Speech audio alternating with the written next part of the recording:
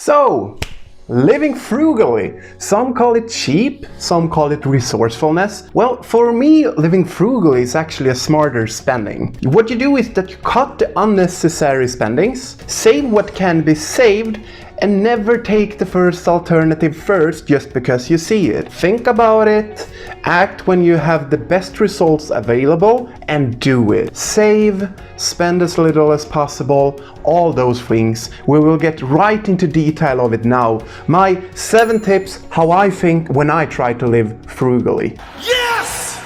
Yes! Tip number 1, repair it yourself.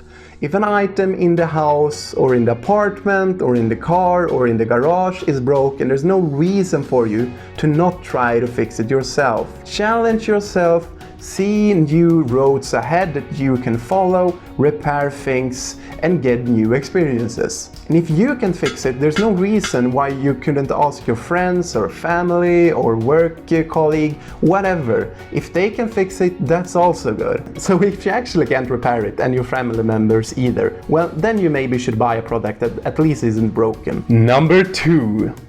Second hand is a great alternative for you if you actually are forced to buy a new product.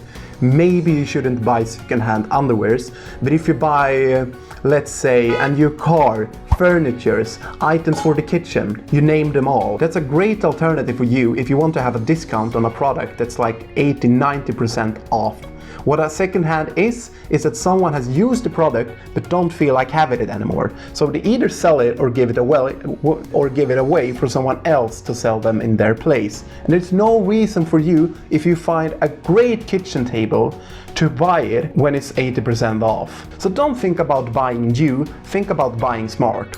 And if you like this video so far, don't forget to hit the Number 3, make your own food and don't buy it. If I want to buy a hamburger here at my local restaurant, I at least have to pay $10. And that's for the hamburger, stripes and maybe a cola. If you eat out 10 times every month, that's $100 for every month. So why should you even buy a pizza when you're eating out? Well, that's because some people are lazy, you don't have time or whatever. Well, find the time, because in 1 year's time, if you eat out 10 times every year, that's $1,200. That's an absurd amount just for food. Number 4, make a budget. Find out your income, your expenses, and especially the must things that you actually must have. Let's say you must have the car to get to the work, or you must have something else. Find out what that is, and maybe you can actually lower the cost of it. Instead of having the 50 channel on the TV, maybe it's enough with the 10. No.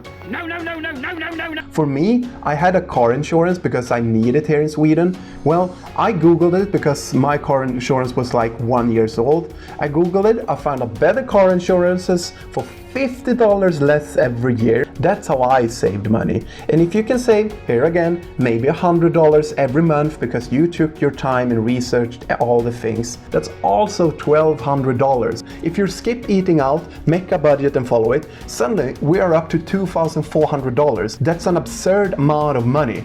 Would you not rather have spend it on something that's actually good, or something that you can save on or invest in? You get my point. Number 5. So have fun, enjoy what you are doing.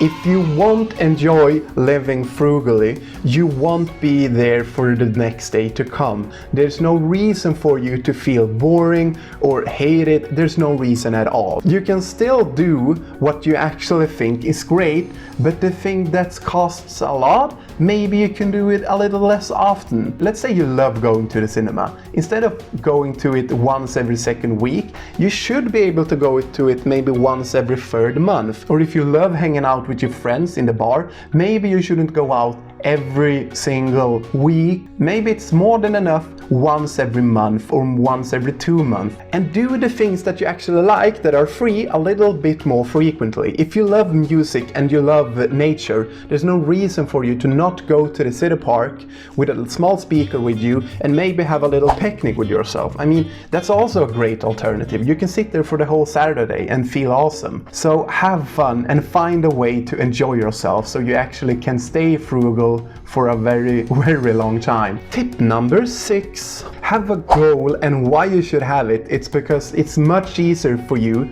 to fight through the hard battles when you're going through the struggle if you can see a road ahead, an end road, a goal ahead. It's much easier. When you rather would have given up because you don't have a goal, you actually don't give up now. You keep fighting and you keep pushing it forward because you actually know the pain you go through now is worth it in the end. It could be a new porch for your house, it could be a wedding ring, or maybe a new car, or maybe you want to help a friend that's desperately in need. You get the point. Keep your eyes on the road and there will be no problem whatsoever. Keep your eyes on the road, cowboy. You nervous?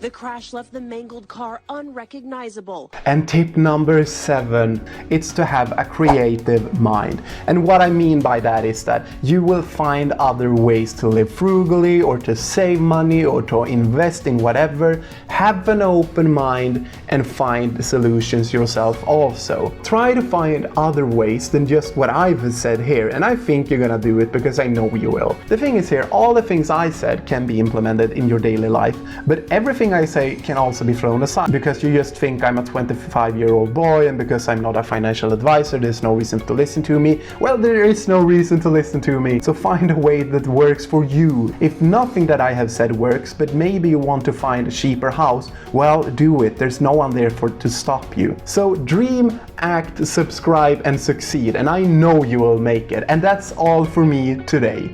See ya!